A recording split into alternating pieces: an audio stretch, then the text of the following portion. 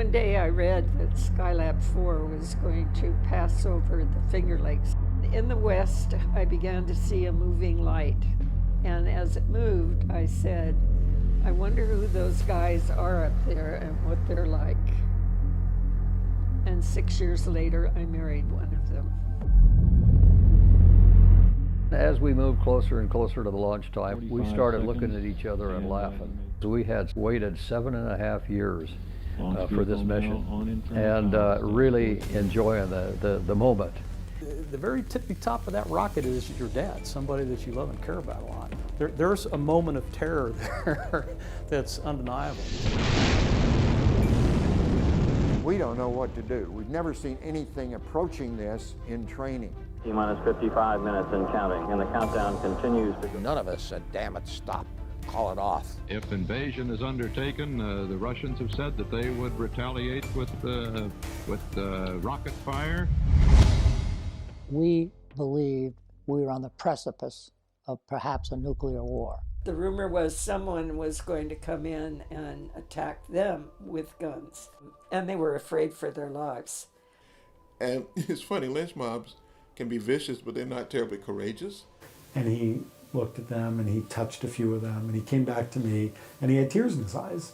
And I said, what are you experiencing? He said, this is the saddest work of art I've ever seen. I have no idea what, Jerry would have thought had he known at the time that a woman he was eventually going to marry was involved in this. I just kind of leaned back and looked up at the earth and watched it go by, and I remember feeling very much like a wing walker in the old barnstorming days, standing on top of the wing of an airplane while it's flying along. We were both undertaking peak experiences in our lives, time in which great change would take place, and our lives would truly never be the same again.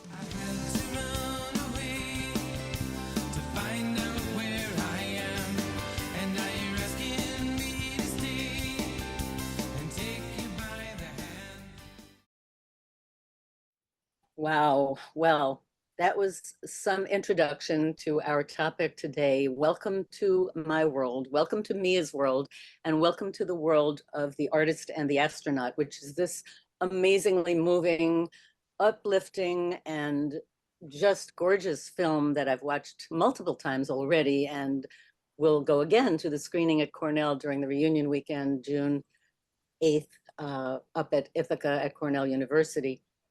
And today's guests are an amazing group of people. First, we've got Patricia Musick Carr, who's the artist. And we've got Bill Muench, the filmmaker.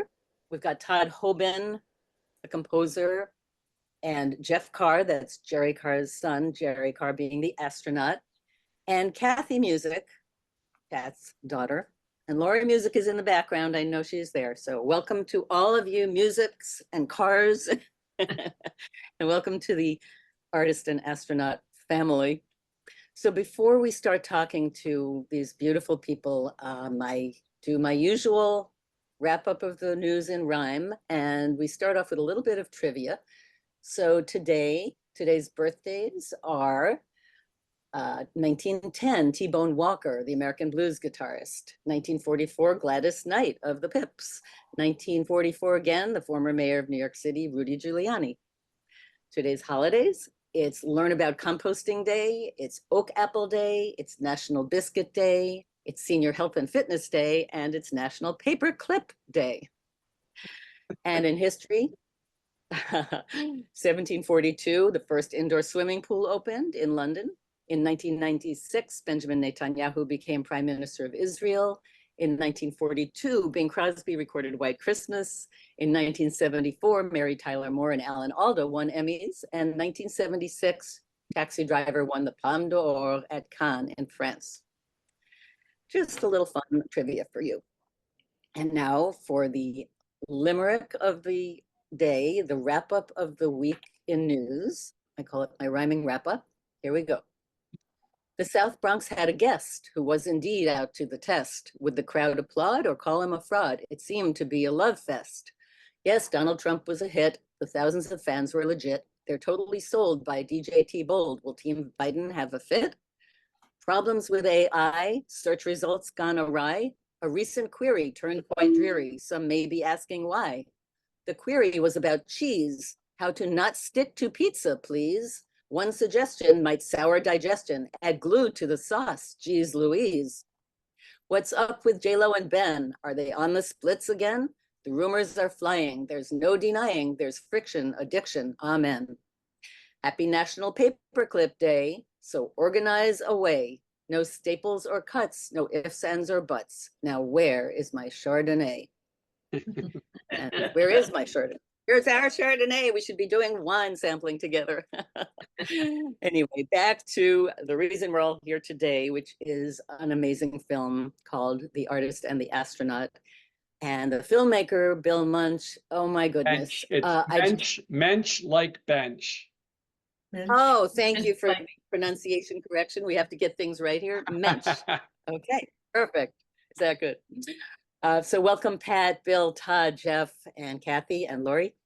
I just wanted to say before we started, you know, I'm a very word-oriented person, as if you couldn't tell. And I like to do anagrams, and I anagrammed Pat's name, which I think is really interesting. I actually blended Pat and Jerry together. So I blended Patricia Musick, Jerry Carr. And you ready for this anagram? Art, karma, crisp, juicier, cry.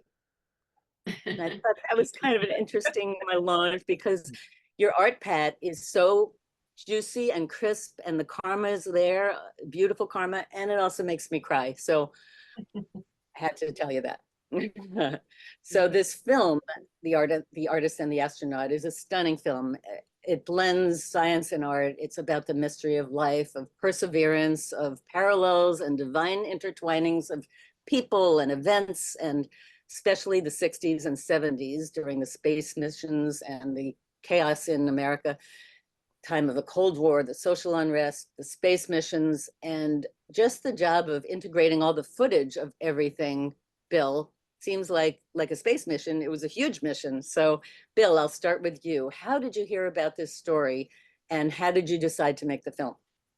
Well, the difference between this mission and Jerry Carr's mission is he wanted to go on that mission. He planned on that mission, and he knew what he was going to do. I can't check any of those boxes. I was lucky to become friends with Pat and Jerry when they moved to Manchester, and realized that all of the time that we spent together, I had heard so many of the stories of their lives and their lives before they met, that it seemed logical to make a documentary about the two of them. I was fascinated by both of them, and they were dear friends of mine. The problem was I hadn't even begun to scratch the surface to the depth of Jerry's life and of Pat's life. And that was the difficult part. When we started doing the interviews, almost every interview, stories came up that I was not aware of, I hadn't prepped for, I didn't have the history background for. So again, Jerry's mission in space, he was well prepared to command. I was not well prepared to command this mission. Because there's so many experts. You've got Alan Bean, the Apollo astronaut. You've got David Shayla, the Jerry Carr biographer, Gene Kranz, the flight director. Some of these people I never saw. And so to see them up there on the screen is so amazing. Andrew Chaikin, the historian, Dee O'Hara, the nurse to the astronauts, Carl Sagan's son, Nick. I was at Cornell when Carl Sagan was there. Don Bacigalupi, if I'm pronouncing it correctly, the curator of Pat's work. Bacigalupi. Bacigalupi,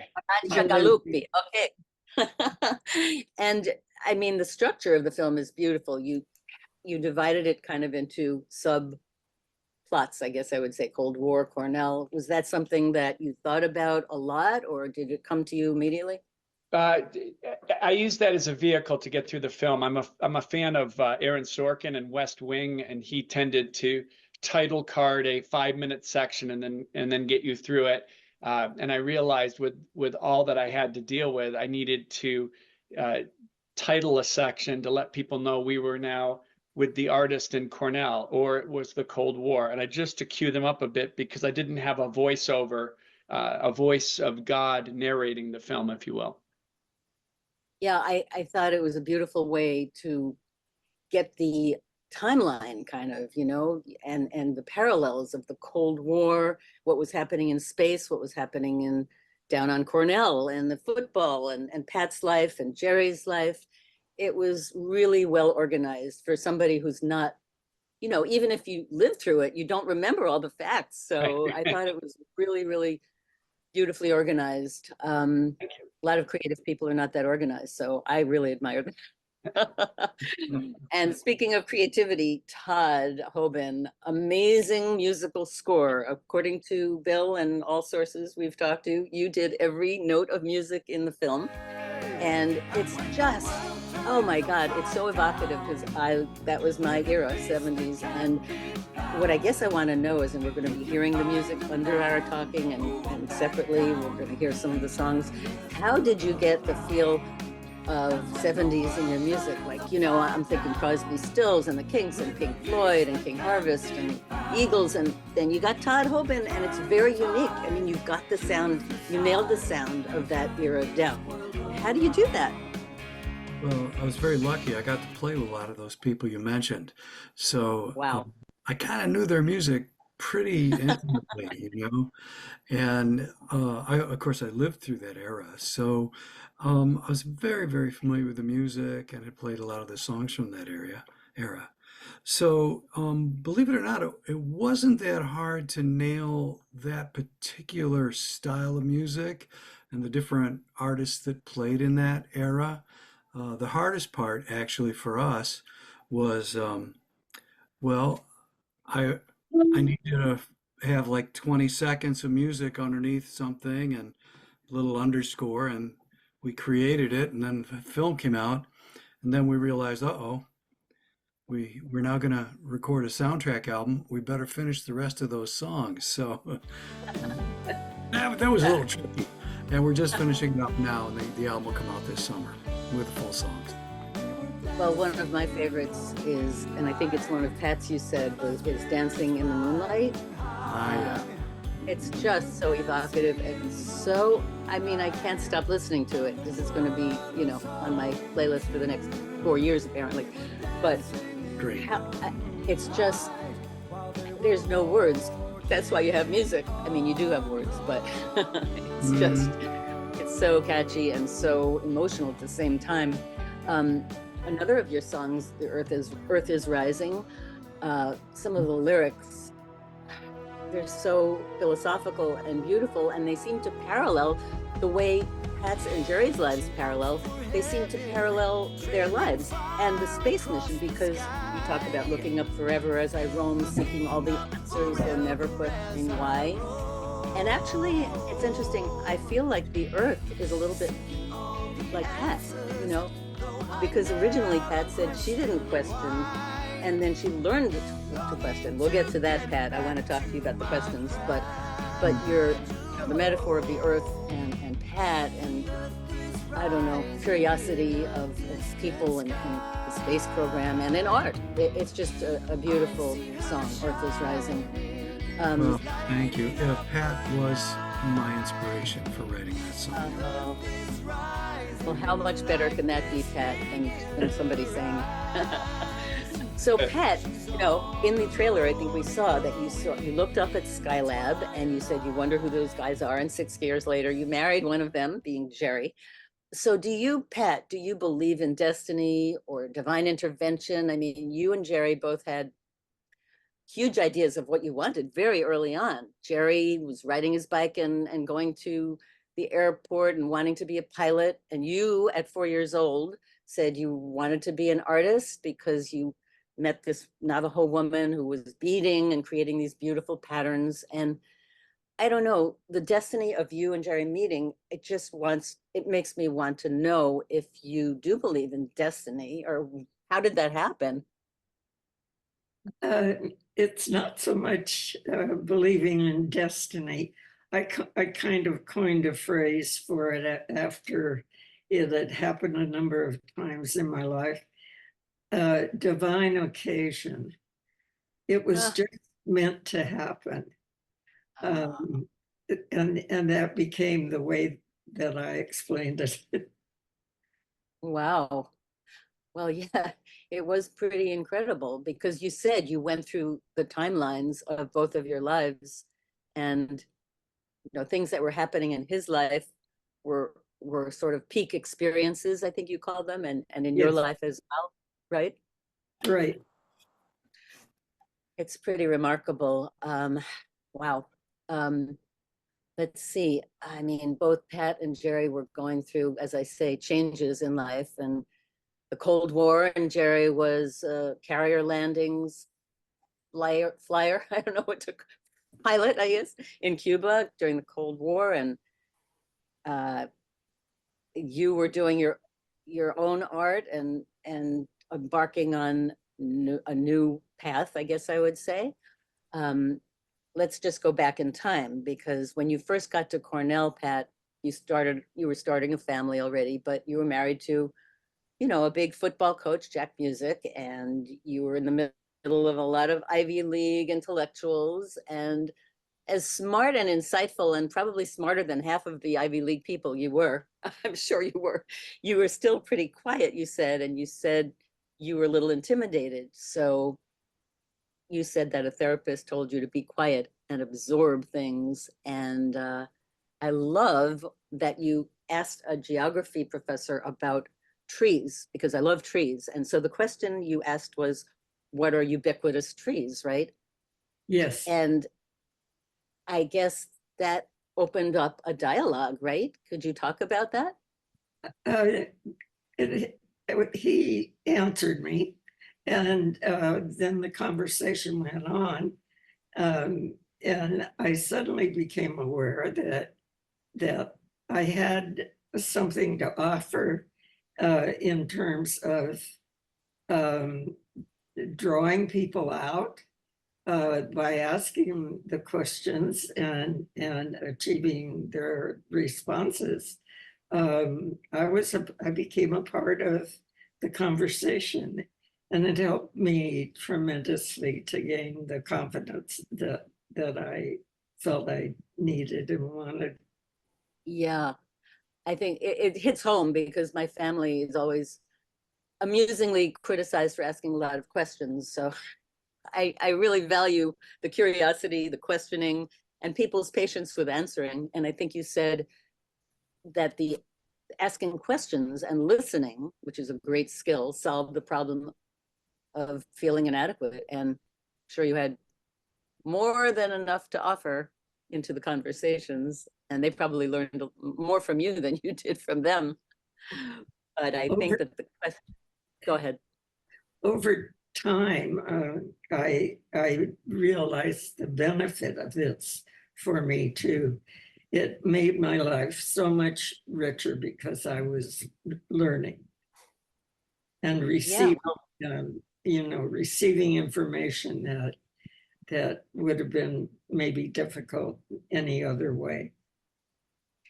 And I think it's interesting about trees. I saw a theme of trees because later on, when you talked about Father Berrigan in your meadow, you said there was a treescape or a tree-lined meadow, and he was in the meadow. But so I resonated with the trees. Trees also have become a great part of my art. First, because part of the materials that I use, trees probably are about a third of the component of the art, and I also have done series of trees, and in fact, the last series that I created about 12 years ago, because of my decreasing ability to see, was a series of 9 trees. Wow.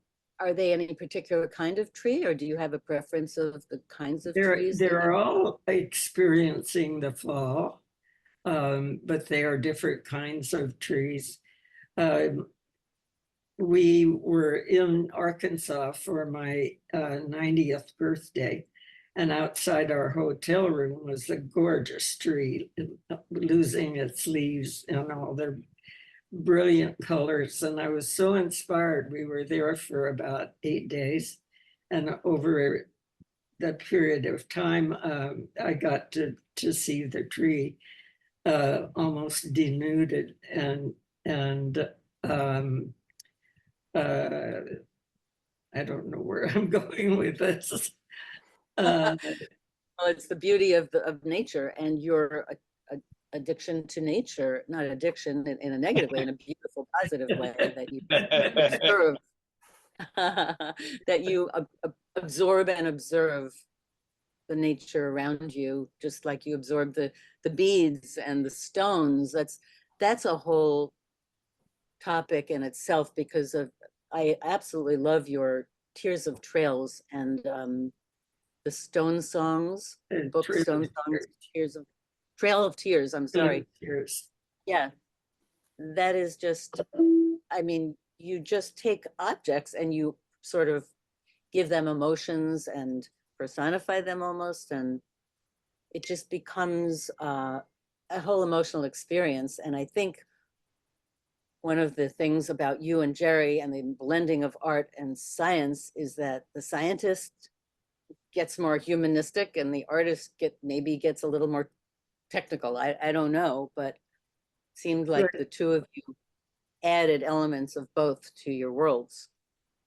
Mia, I truly believe that the construction of the life of a scientist and the life of an artist are very similar, and it's a common bond which all humans share that is at the heart of that similarity, and it's the creative power of the individual.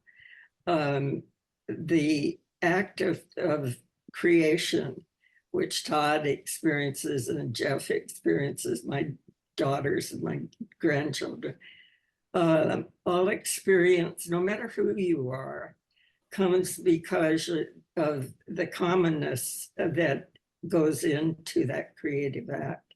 It starts with trying to solve a problem. You want to create or make something, maybe a loaf of bread or a great novel. So you have to identify the problem, and then you look for alternative solutions to it. You eliminate, no, this won't work, that might work, and a little bit of this will work, until you have the answer, and then you can begin the process of the making and doing and creating. And we all share that. So I believe that what Jerry was going through in terms of his preparation for his mission, and it involved that same kind of activity. And he, of course, assured me that that was what had happened. And it was that process that drew us together. And helped us to begin a life together. Yeah, and also the fact that you were open to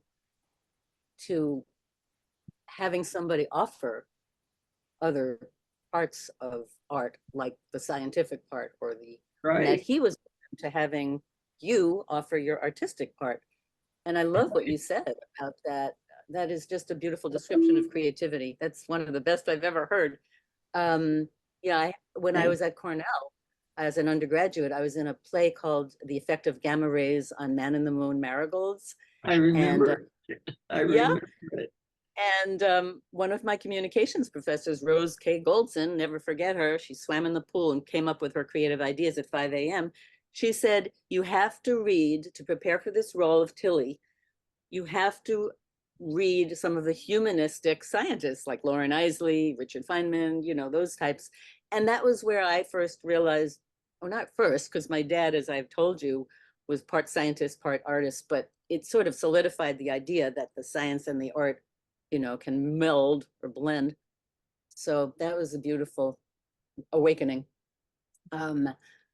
Let's see. So Jerry Carr was one of 300 applicants to become an astronaut, and they narrowed it down to, I don't know, what was it, 17, Jeff, or 15 or 19? And I think it was April 1st, 1966, April Fool's, the start of his career. So Jeff, do you remember hearing about the start of his career on April 1st? And what do you remember about the beginnings of what you heard about your dad's beginnings of his career? Well, Dad hadn't shared with any of us, I'm sure he did with Mom, but Dad hadn't shared with any of us kids that he had put his name in and his application to become a NASA astronaut. And we were all very much in tune with the space program.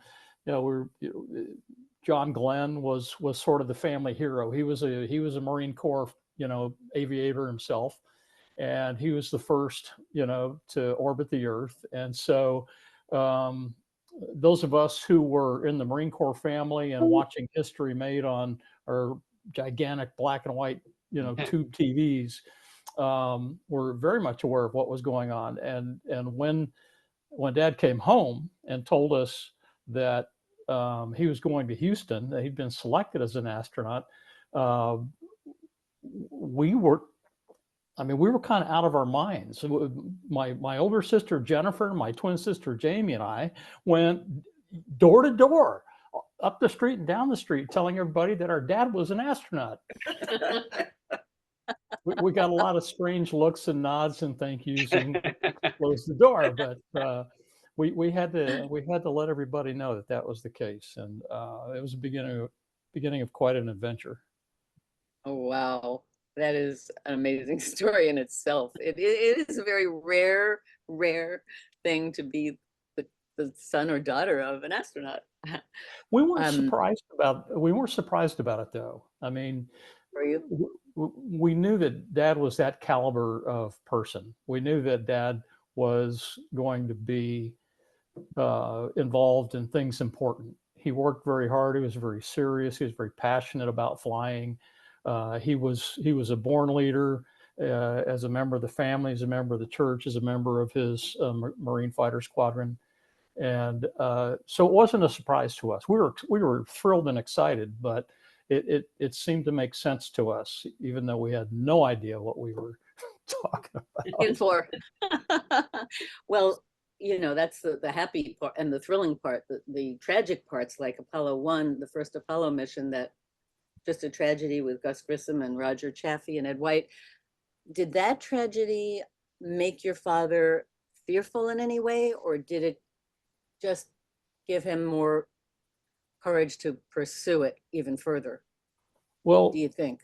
Well, Dad, that wasn't the first time Dad had lost colleagues to accidents, to aviation incidents. You know, he had lost you know, members of his squadron, friends in the Marine Corps, in accidents in combat, and it was something that was, you know, it was a part of the job.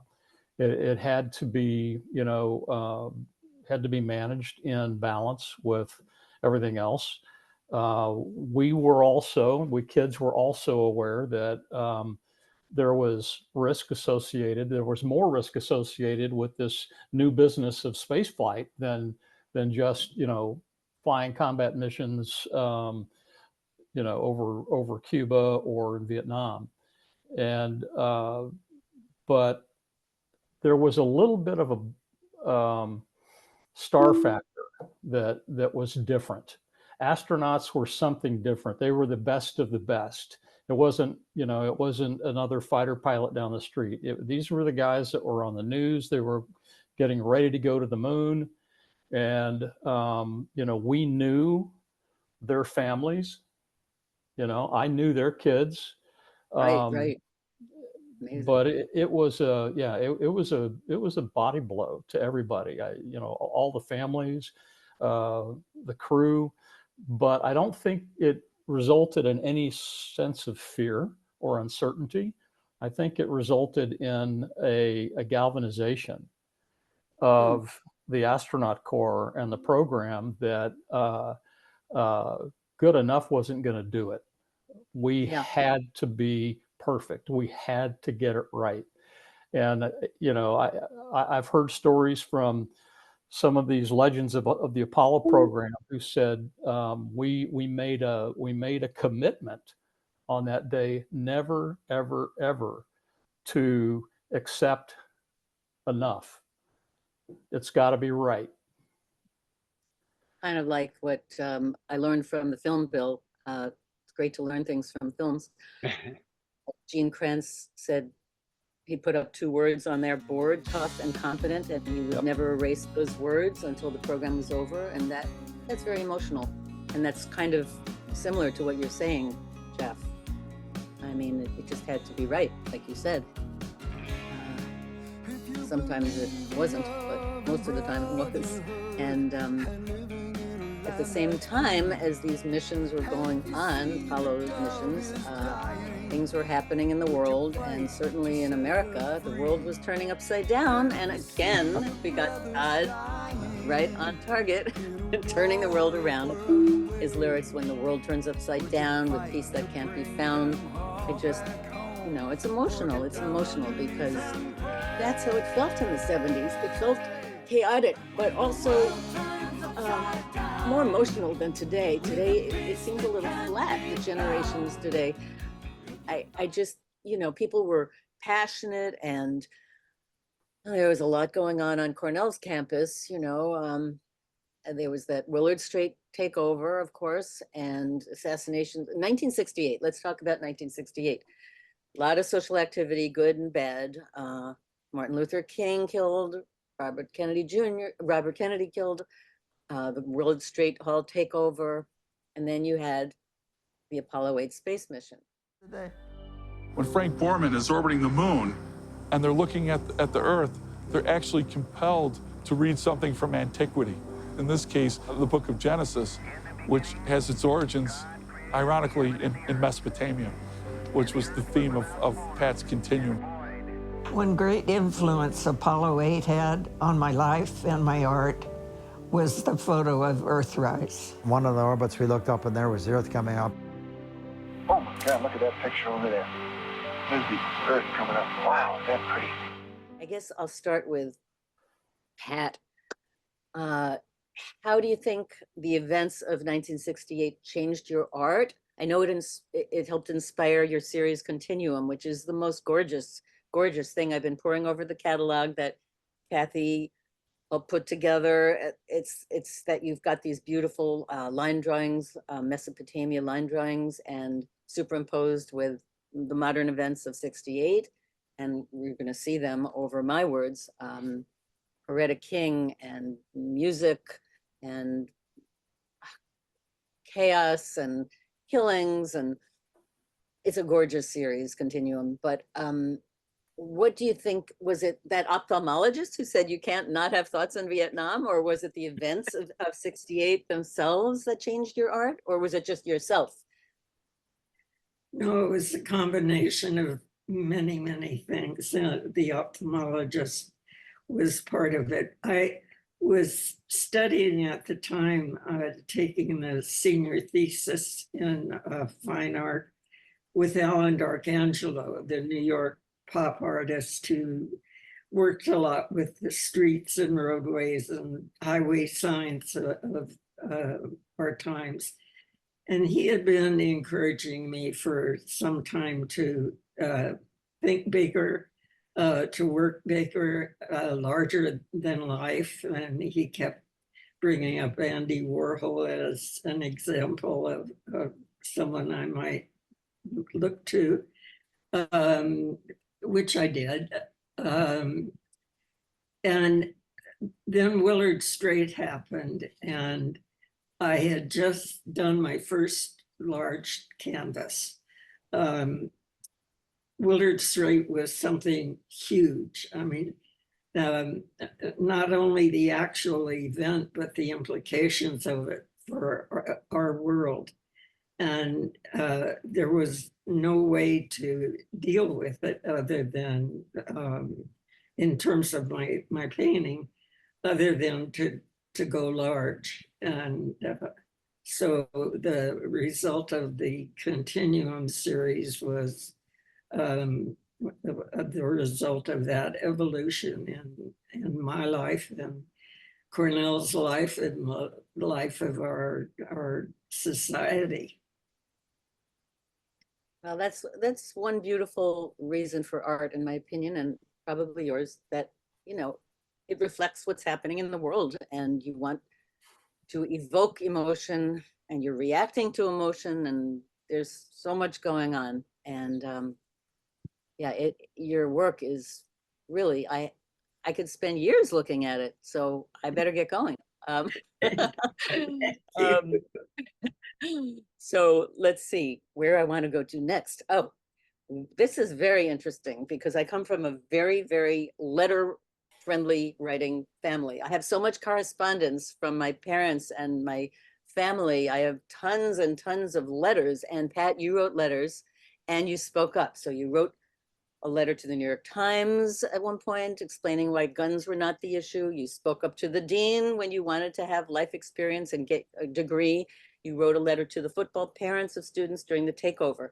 And I'm going to now play Cathy reading one of your letters, which is, I won't say too much. The words speak for themselves.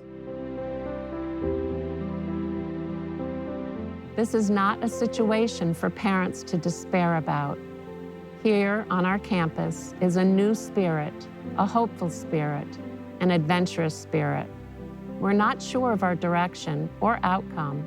There are no maps for us to follow, for America has never written such a map. But at Cornell, we're trying, and we are grateful for the chance to try. We were given that opportunity by our young people, and in a way, so were you.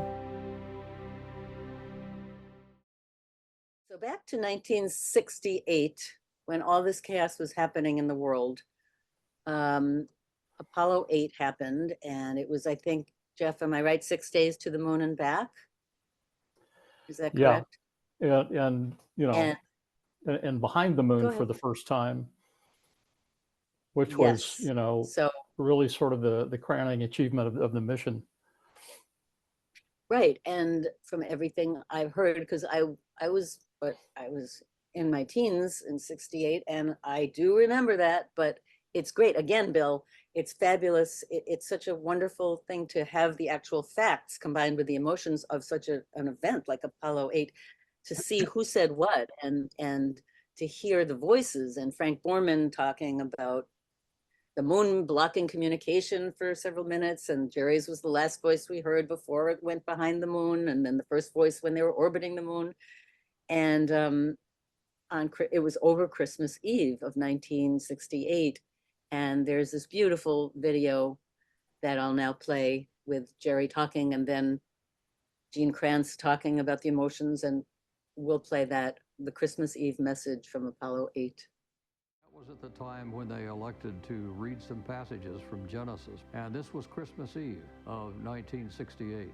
Shadows down below are getting longer and longer as they start to approach the night side of the moon. Bill Anders says we've got a message for all the people back on Earth. For all the people back on Earth, the crew of Apollo 8 has a message that we would like to send to you. In the beginning, God created the heaven and the earth.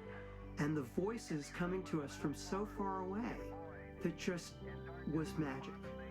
Absolutely unforgettable.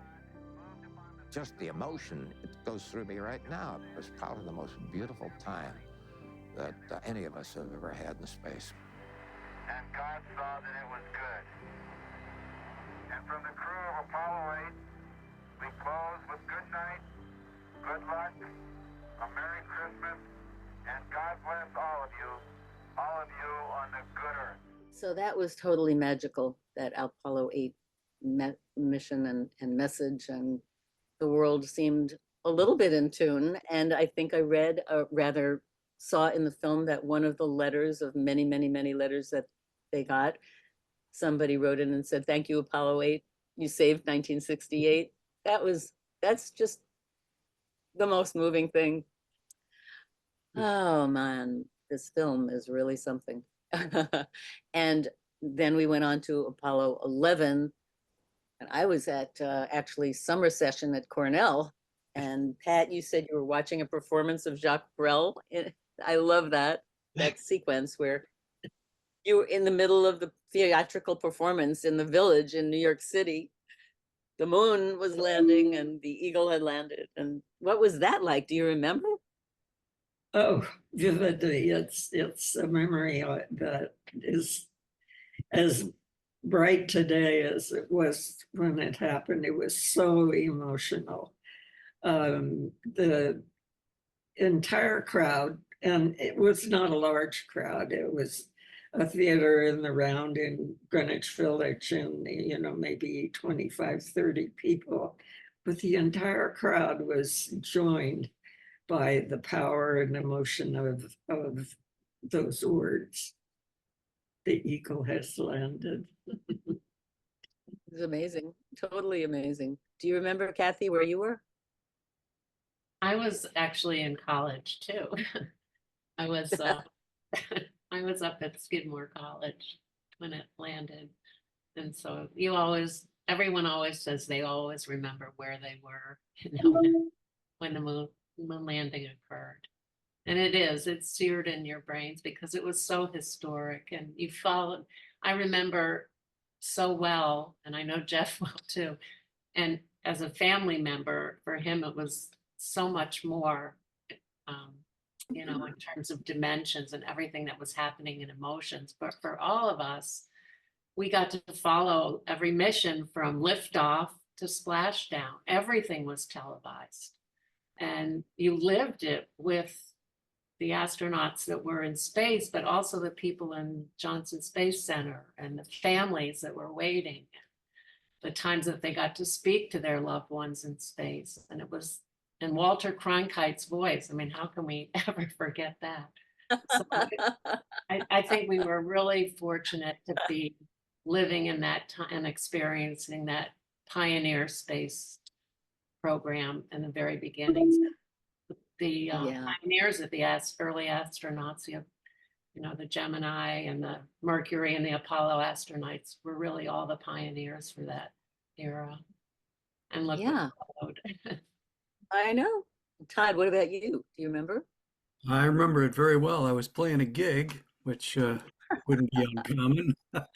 And of course, at the appropriate time, music stopped, and they dragged out a big black and white TV, and we all just stood around and watched it happen. It was really quite something. And, I kind of drew on that memory in writing the song. It's kind of like Pat said, and we all kind of know, we know exactly where we were and everything about that time. It was very, very special time in human history. So I stopped the music long enough to watch the landing, and then we went back on stage and finished the show. Back to the gig. Show must go on. The show must go on. The next show. The world stopped when they were touching down, man. It just stopped. How about you, Bill? I find Jeff's definitely got to go last on this one because his is much more interesting.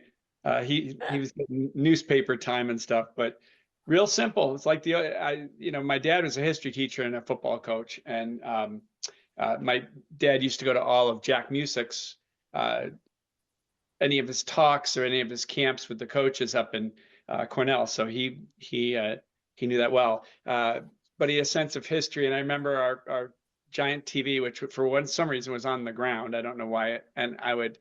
So if I sat on the floor, I was actually at eye level for the TV. It's amazing that it took us so long to get it higher. And the old real ugly braided rugs. And I remember just sitting there, and we were recording it with a reel-to-reel that we just kept playing it over. And I had memorized 4 forward, drifting to the right a little, I memorized the last 2 minutes of it, but I didn't even know what I was saying. I was just copying, what Buzz was saying. So yes, I remember it very well. Little did you know you'd be spending all this time on the film years later. Couldn't have imagined it. What was your phrase, Pat? Divine Occasion. Ordained occasion. Ordained occasion. All right, Jeff, you're up to now. It's your turn. Yeah, it was a big part of my childhood. It was Andy Aldrin was one of my buddies from church, from football. We were kids. I think we were 12 or 13 at the time, and I was hanging out with Andy at the Aldrin's house. What was happening inside with all of the adults was just slow death for us. So we found ways to entertain ourselves in the backyard, and built a high jump pit, and we were getting really quite good at it. And it was just too hard not to take advantage of all these media that were camping out in the front yard and down the street and in trees. And the end story in all this is that the day before the lunar landing, when probably Andy's dad should have been on the front page of the Houston Post, Andy and I were on page 2 of the Houston Post, displaying our athletic prowess in the backyard. I was invited not to go back. So I wound up watching the lunar landing at home in my house with Mom and my brothers and sisters. And, Andy had to fend for himself. But, it was, we lived in a bubble. And it was, I remember with Andy, it was just like, well, Dad's at work.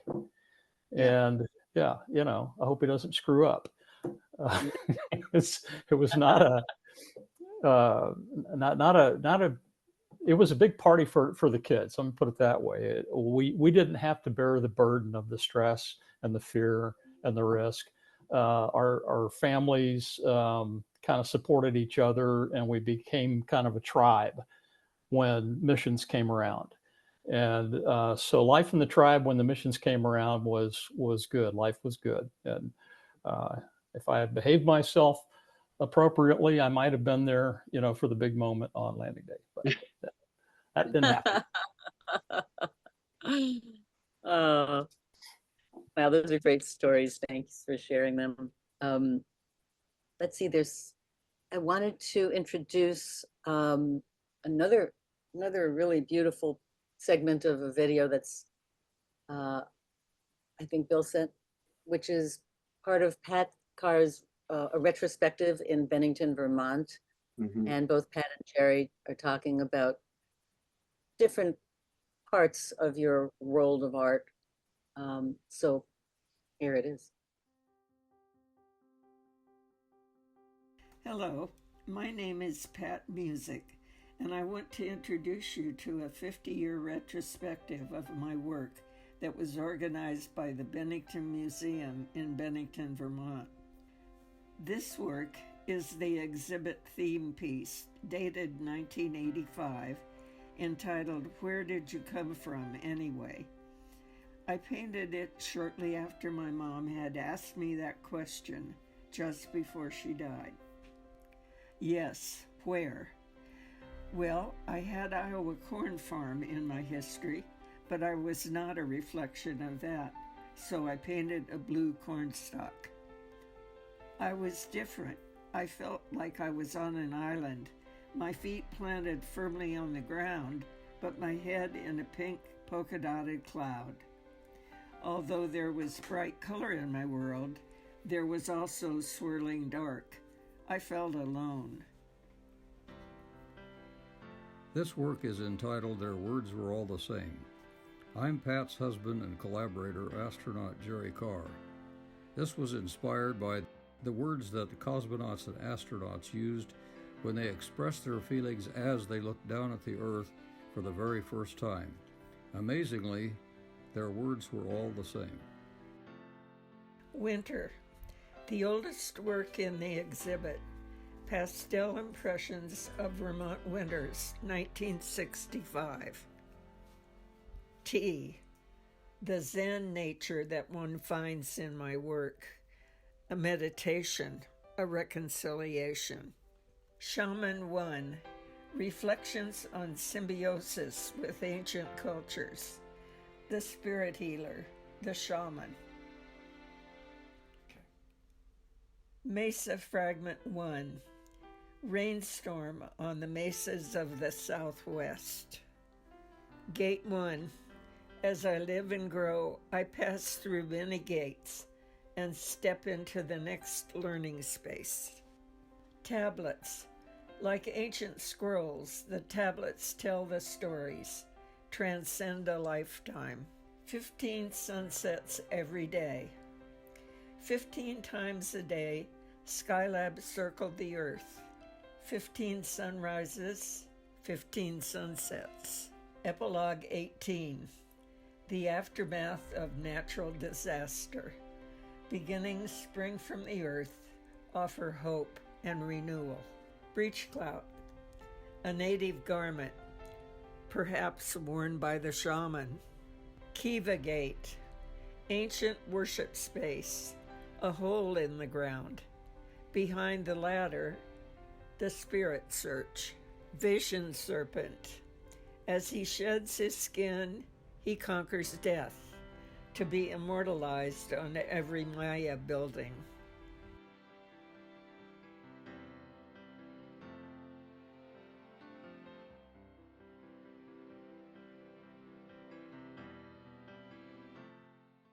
So I guess what I would like to do is sort of close with,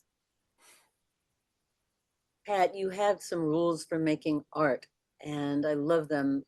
You say, 1, if you fall down, don't give up. 2, don't be in a hurry.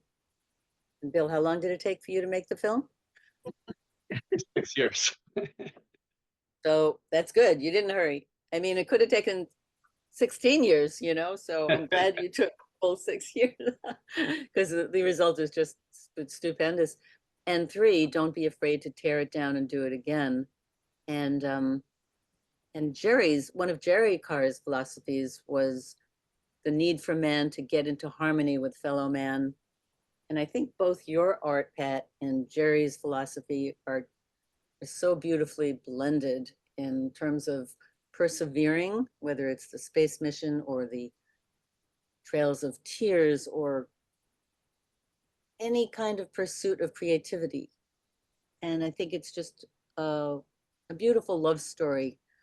The intermarriage of Pat and Jerry, the intermarriage of science and art and just humanity. And it's just a beautiful film. So thank you so much for sharing your stories. We could be here for hours hearing many, many more, but if you want to see the film, you can go to the website, Bill, which is theartistandtheastronaut.com. Right, and there are, I see you've been to many different screenings, Florida and Milan. Did I see Milan? We were in a film festival in Milan. We couldn't physically go to that one, but we've been to almost all the other film festivals. Amazing. Well, they're screening it at Cornell on June 6th, Thursday, June 6th at 4 p.m. at Uris Hall. And I'll be there, and you guys, I can't wait to see you in person and see this magnificent creative art in person. And it's just a wonder. So thank you so much for joining me, Bill Muench. Thank you, Todd Mia. Hobin, Cathy Musick, Pat Carr, and Jeff Carr. And thank you for joining Mia's World and the World of the Artist and the Astronaut.